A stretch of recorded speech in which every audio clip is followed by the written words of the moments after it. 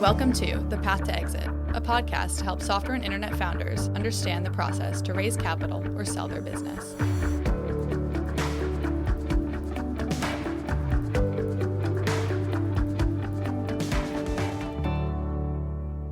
Hello and welcome, everyone. I'm Mike Lyon, founder and managing director of Vista Point Advisors, and this is The Path to Exit.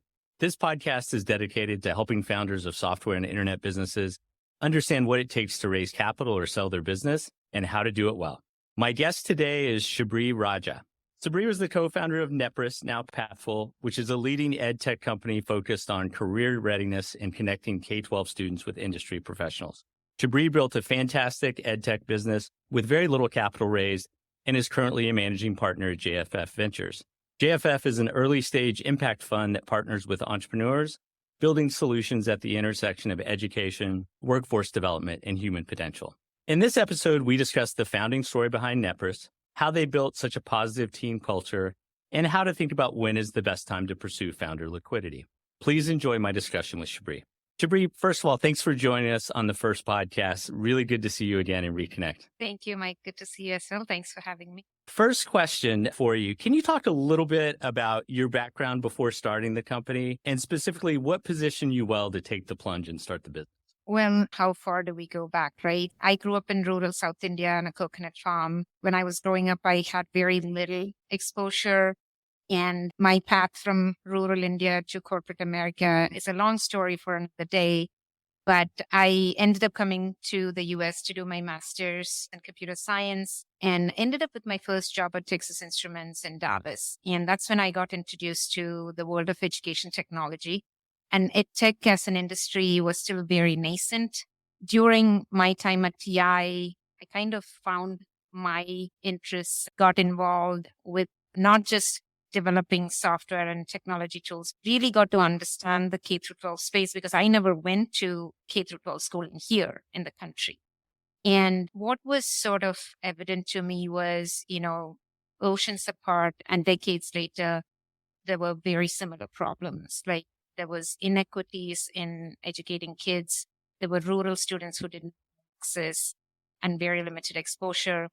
This sort of drove me to be more involved in the community. I got involved with a lot of nonprofits working towards bridging the STEM education gap with minorities and girls in STEM.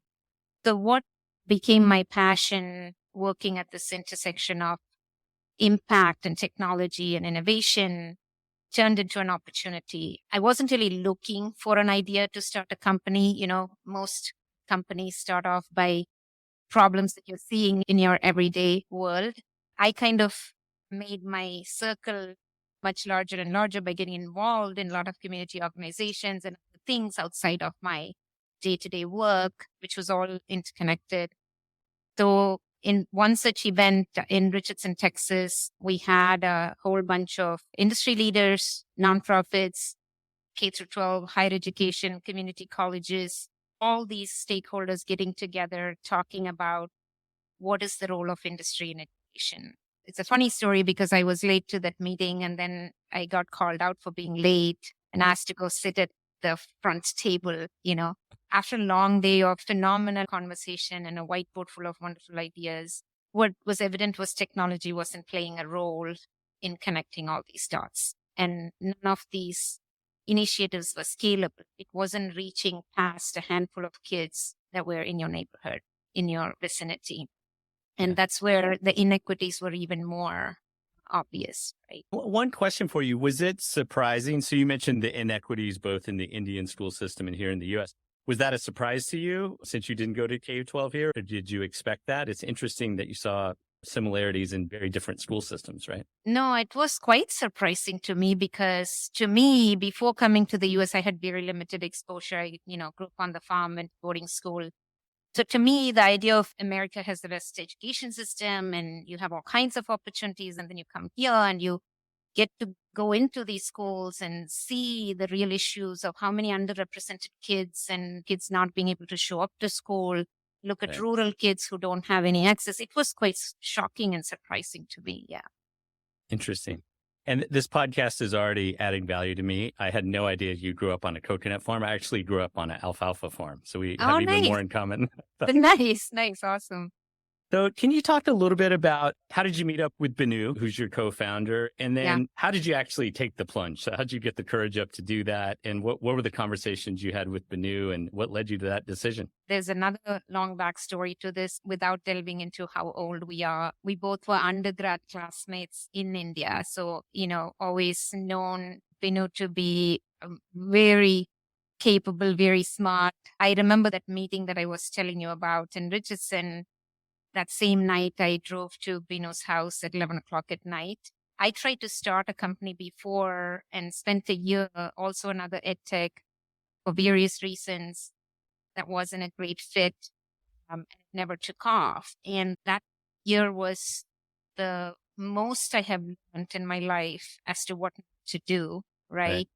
And Binu, as a friend, I was talking to him about, is there anything we can salvage and repurpose and pivot and do things? And that's the time I ended up going to this meeting in Richardson.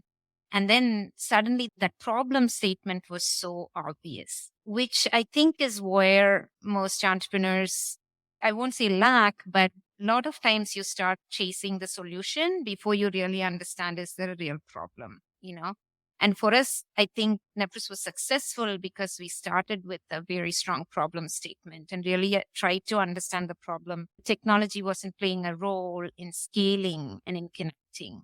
And so I was at Binu's house. I probably got this idea at 10:30 p.m. I was at Binu's house at 11 p.m. and we were throwing stickies on the wall.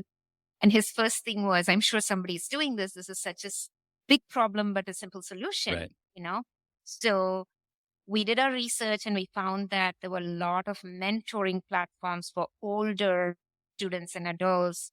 But our vision was we really wanted to change the way kids learn. And by the hour, we were getting excited about the possibility of moving mountains, right? So our vision was it's too late by the time you're in high school. How do we change the way kids learn? Even starting as early as elementary. Like if you're learning about soil, you should be able to talk to a soil scientist. If you're learning about ratios and proportions, you should be able to talk to an architect. It was a collection of things of how we got started, right? Because you put yourself in these environments, you expand your network and your exposure, you get out there and get involved when the problem's suddenly staring you in the face. And you feel like, look, I can do something about it. And that's how it felt. But more importantly, to answer your question, Binu was already a VP of engineering. He was having a very successful career at a mid-sized company that was doing extremely well. So when I went and sat with him and we were throwing stickies on the wall, he said, hey, do you want to come build this company with me? And by the time I had already left my job and I tried to start another company and all that stuff, but he was pretty smart about it. And he said, if we can build an MVP and we can get our first customer, then I'll quit my job and we'll do this. And how long did that take? Was that an 8-month process, a 4-month process? 1 month. 1 month. Oh, wow. Yes. That's amazing. That's how you know you have good product market fit. Correct. Right? When it Exactly. happens that fast. Yeah, absolutely. And I think it was also sort of leading up to, I was from that industry and this problem was always front and center.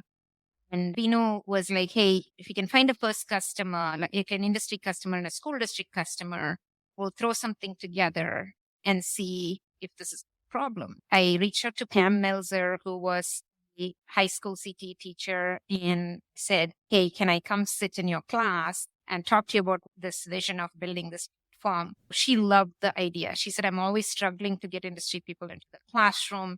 We had not written a single line of code. We didn't have a database. We didn't have a matching algorithm. We had nothing. We had no product, not even an MVP. But one feedback that a lot of people gave us after the fact was that they could see that we really believed in changing education or changing how kids learn. And that was quite evident, which a lot of people gravitated towards customers, investors, and so on. Yeah. It's still evident now, even though you're not at the company.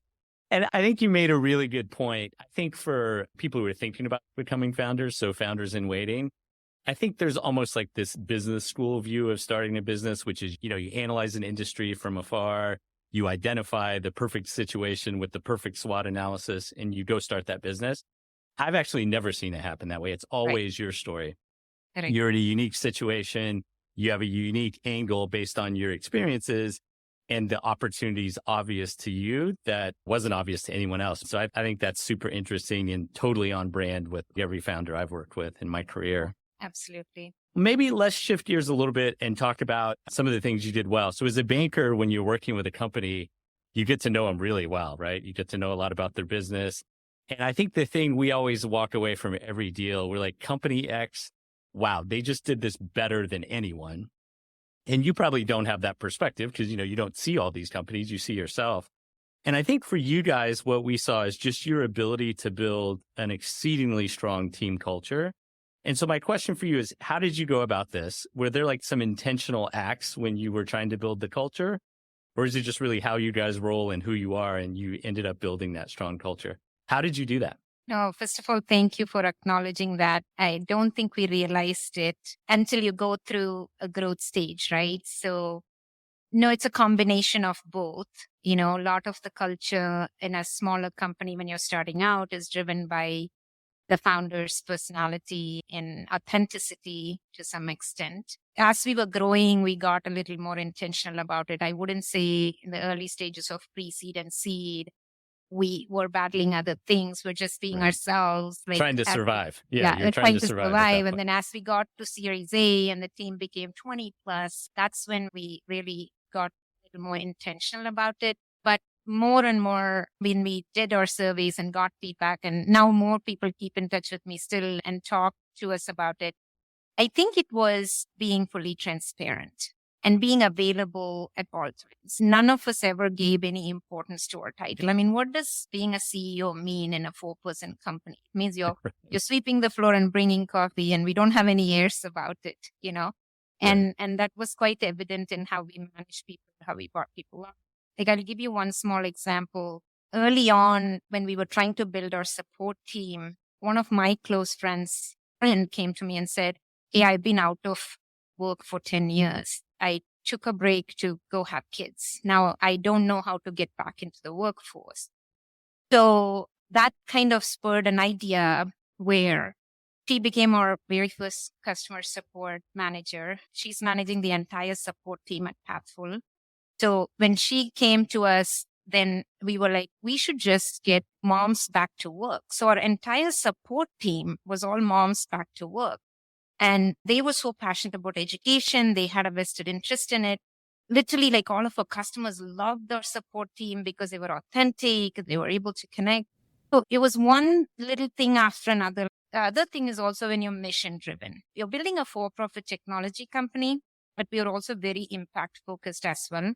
And the kind of people you attract who are really driven by that impact and passion develop that culture eventually.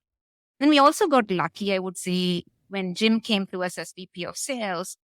His way of working was not the sophisticated corporate-y person, but the fun, sales team has their own jingle for every meeting kind of person, right? So I think one person attracts another person, and we sort of gravitate towards people who share the impact and the mission, who are authentic in a way. And then the culture sort of organically forms because of who you are and who you surround yourselves with. Eventually, we did get intentional. We would celebrate every birthday, and we had the Nepris baby package, and we would celebrate every employee's milestones. And then even though we were very much a remote team, we were completely virtual, but we would have meetings where we would order lunch for everybody. And then on the Slack, we would all post our pictures of lunches, and we'll all eat together while being in a meeting. And this was pre-COVID, right? This was before that became the norm. Yes. Right? Yeah, this is pre-COVID. And then every year, we only met one time every year. And it started when we were 8 people. It continued even when we were 50 people.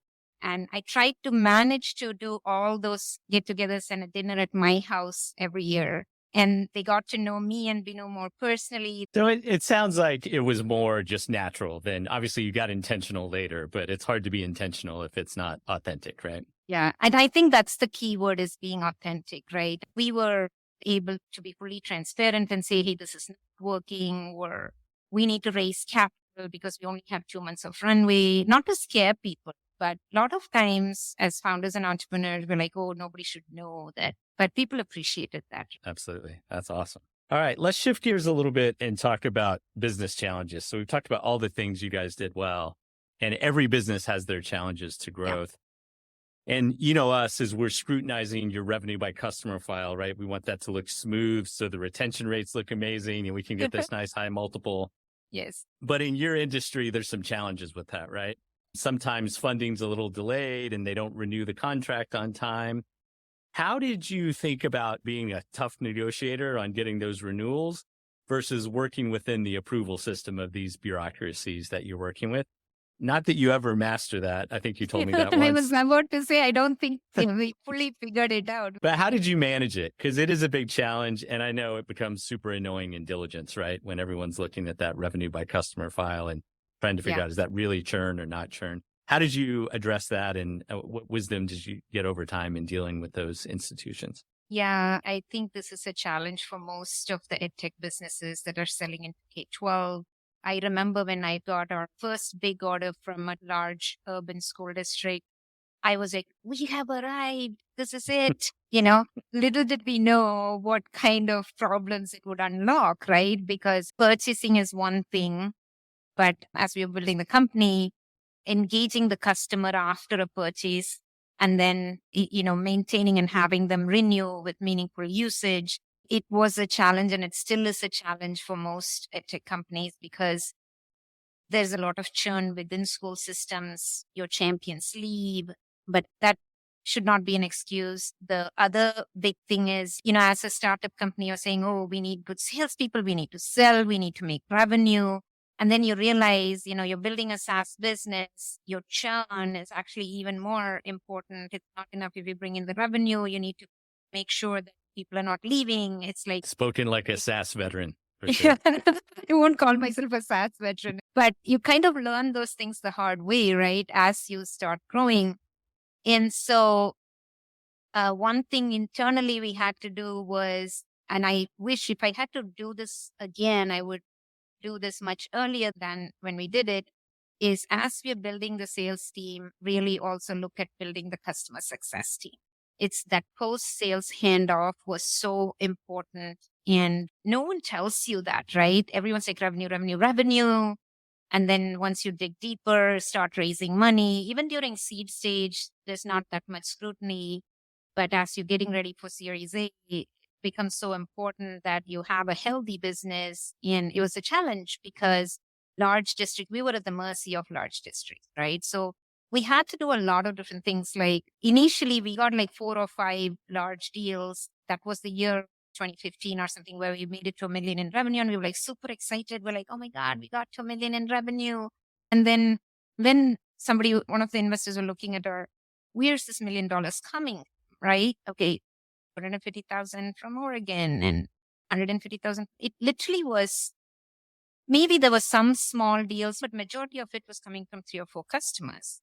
I mean, as an entrepreneur, initially, you're super excited when somebody writes you $250,000 check. But then we had to really pause and think, okay, that 250,000 is not coming back next year. This is a problem.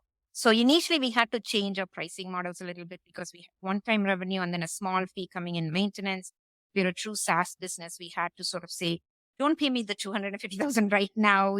We'll book it and then you pay it's year after year. Right. Which is counterintuitive, right? Particularly when you're worried about cash. That's a fine balance because you're like, really use the $250,000 right now, But then you learn these things a little bit later. But from a customer perspective, managing these relationships, first we had to build a customer success team. A lot of our customer success team were people who came from the school system, who were curriculum developers or trainers within the school system. But we also had another unique problem. Your buyer is different from the user, especially as we're getting larger and larger deals. You go from the district to a regional level or a state level. A county office is purchasing something or the state department starts purchasing something. Then they become more and more disconnected. And first thing is for us to be aware and to treat these different groups of people different. So even simple things like if you get a large state level deal, making sure that you're building in program management and project management support into the bill so that that doesn't go towards your expenses, your COGS. On that point of state level deals, I recall a client we worked with probably 10 years ago that had a Texas state level deal. And I think it was around 65% of their revenue. And it was amazing how I almost framed it as like it sapped the confidence from the business. Yeah. They spent so much time worrying about that renewal and worrying about Texas that they didn't really evolve the product in the way they thought they should because they were just trying to keep Texas happy. And it really had a dysfunctional effect on their ability to grow the business because they lived in fear of Texas and trying to keep that relationship versus if that had been 10% of revenue, I think they actually would have grown the business a lot faster because they could have focused on what was better for the market. So it's a really good point. Yeah, no, and then that also forced us to think that we want to focus on the smaller districts as well. And we had a really great value proposition with rural schools. They were easy to close, and we were also trying to increase your average deal sizes from $2,000 to $10,000. And if you can close multiple $10,000 to $15,000 deals as opposed to one $450,000 deal. So we had to balance saying what percentage of it is, this size and what percentage of it is the large deals, and how do we support those large deals differently, and how do we make sure the customer's paying for those additional services and hand-holding and white glove treatment that they want. That's great. And the other part is also like as a EdTech founder and CEO, part of my job was to actually get out there and go build these relationships and sit in front of them, strategy conversations and all of that as well. That's fantastic. One question I wanted your help on, we spend probably a disproportionate amount of our time when we're talking to companies about trying to help them understand when is a good time to seek liquidity. So there's this entrepreneur's dilemma. You have this asset that's worth a lot of money, but it's not really liquid. It's probably going to be worth more money the next year, right? So when should you wait? When should you actually seek some liquidity? And one of the things we see is once a founder gets liquidity, sometimes they're even more aggressive on growing the business because they're not, as worried about protecting it. So in our mind, there's this tipping point where it makes sense. How did you and Benu think about that? So how did you decide, okay, now is the time to seek some liquidity and de-risk versus entrepreneurs are famously optimistic, right? The business is always going to be better next year. How did you think about that and ultimately make that decision? Yeah, I would say I probably fit the famously optimistic category, and Binu is the more practical entrepreneur. For us, the growth was initially slow for us, and then it sort of ramped up. And that's a factor of, was the market ready for a product like this? So initially it wasn't, because it was just a nice to have. Everyone loved what we were doing. Nobody had the money to pay for it.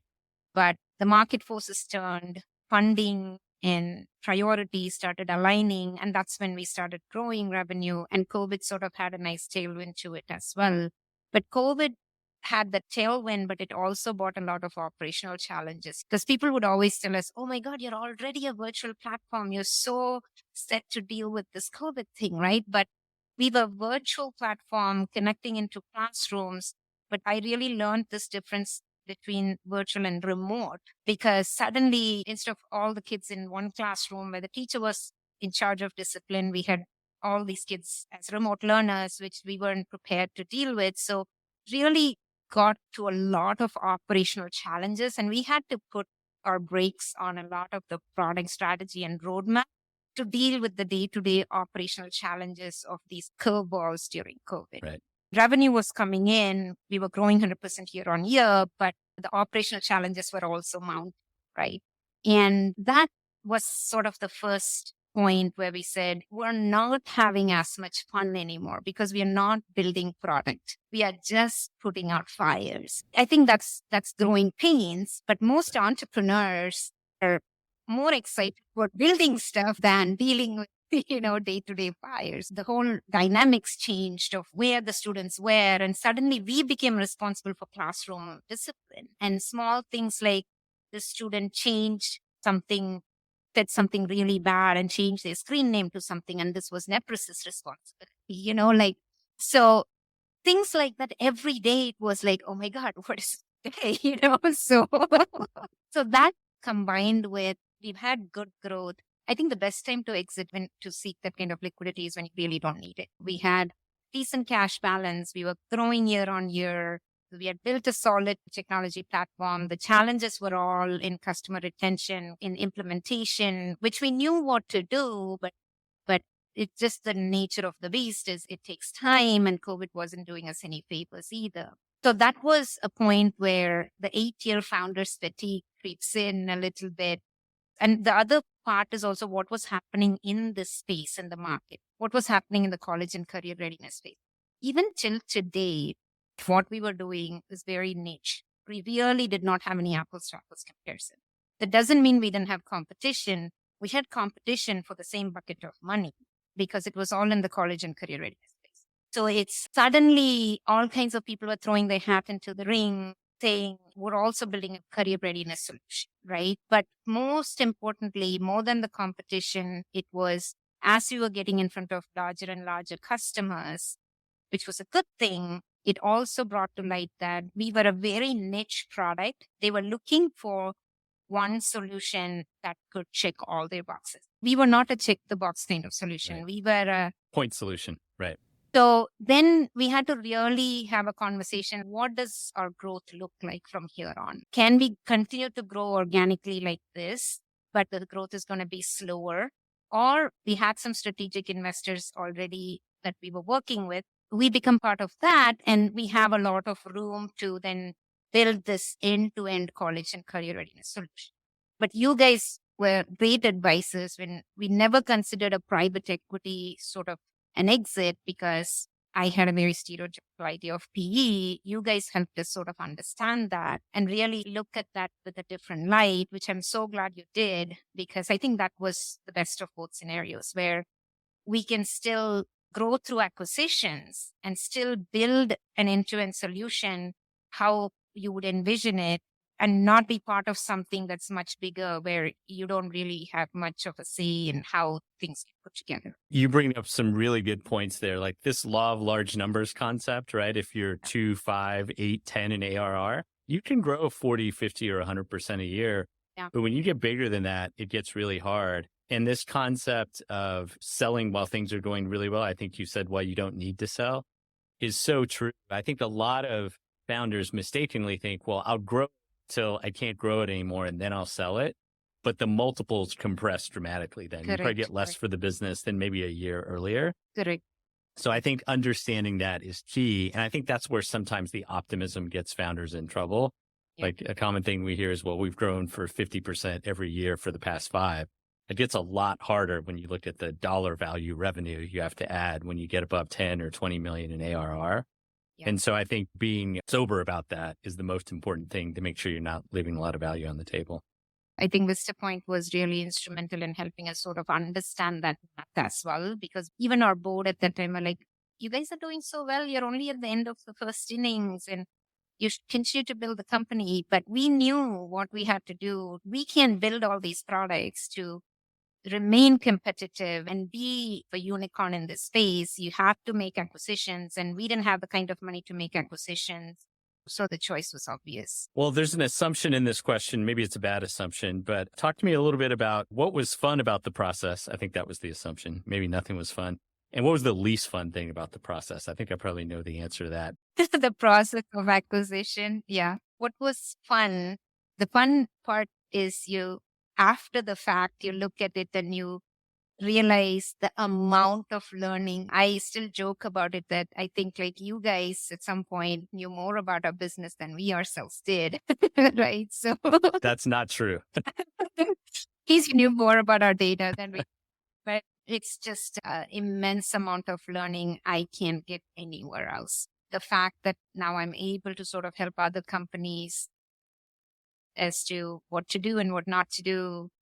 A lot of those things people tell you along the way, but you just take it in one ear and leave it in the other, and you don't pay attention. From day one, people have told us, make sure you're capturing your SaaS metrics. Like a simple thing like when you guys came in and said, oh, what's your MRR? I'm like, MRR?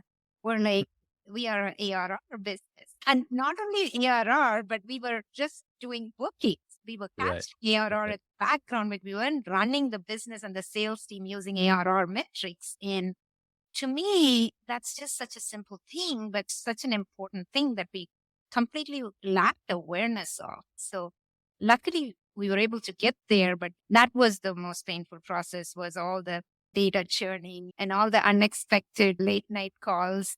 But yeah, Everyone says the same thing. Diligence in the data is the least fun, for sure. yeah. We now joke about the late night. We used to sit up until 2 a.m. looking at data. And I mean, even simple things like if you remember our diligence process, even simple things like when your analysts were running the data, they're like, this chart is really bad. Like, what? So many people didn't renew. And we're like, oh, no. In one place, it's called Houston ISD. In another place, it's called HISD. In another place, it's just called Houston School District. And so even the fact that we had to go in and change all the names. But Mark found this amazing creative way. He found a unique identifier somewhere and we were able to tie it all together, right? So things like that, it's so fun now when you think of it. But as we were going through it, it was super Not painful. very fun, super painful and stressful. That point on, we always tell founders, never, ever just give anyone your revenue by customer file because they're going to run that retention that we ran and say it looks horrible. And in reality, there's a lot of data issues. So you always want to clean that stuff up and kind of win the day on the retention analysis because they'll get a totally different view of your business. So anyway, that one comes up all the time. Well, tell me a little bit more about your new role at JFF and what's your vision for the new fund? What do you want to do? Obviously, it's around impact investing and I assume around education. Tell us more about that. Really, I have never been so excited about the job. And this one, even, I can say this now, even more than Nepris, I'm super excited about it because it's not very often you see venture funds that are truly impact focused. Most of the time, even when people say, hey, we're impact focused, really what they're looking at is just your ROI and financial metrics. There's very little patient capital that allows founders to build impact focused companies. So JFF Ventures, our vision is it's a brand new fund. We are starting from scratch, but the JFF Labs and ETF seed is rolling into JFF Ventures. And it's this unique position that we're in where you get to leverage all of the know-how and the research and the connections and the knowledge of an organization like JFF that has done work for decades in workforce innovation and helping companies, helping learners, helping workers, to sort of build a fund that leverages all of that knowledge and work and frameworks that are rooted in impact and to be able to still support entrepreneurs and have the ability to use my experience of what to do and what not to do to support portfolio companies. And the most exciting thing is my other managing partner, Yigal, he was an investor in Nepris. So he's known me for years. We really respect and trust each other. So it's just perfect. The fund itself is well positioned. It's workforce innovation. It's at the intersection of workforce, technology, human capital, supporting companies that are building solutions for the workforce. So it's not K through 12, but it's sort of 16 through the workforce and really focused on supporting diverse founders, impact focused companies. I mean, we strongly believe that we can do well by doing. That's awesome. Well, I know you'll crush it just like you did with Nepris, and you have a lot of experience and some battle scars to help founders navigate that well.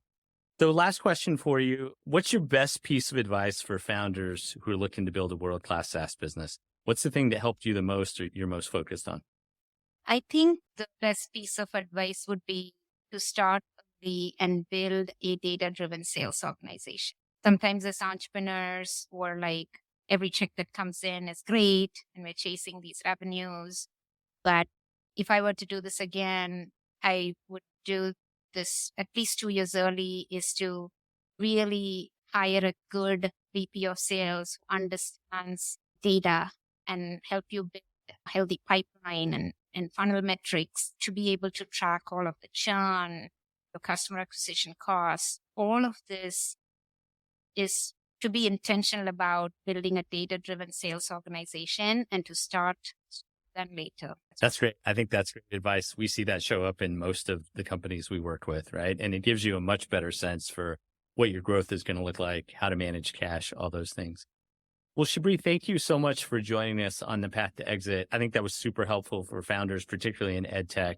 and just really appreciate you taking some time. And I learned some new things about you. So I'm excited you joined us. We enjoyed working with Vista Point Advisors, and you guys made the whole process so much easier. So I really appreciate that. Awesome. Well, thanks for joining us. Next time, we'll talk about coconut and alfalfa farming. We'll see if people listen to that. Yes, sir. Thank you.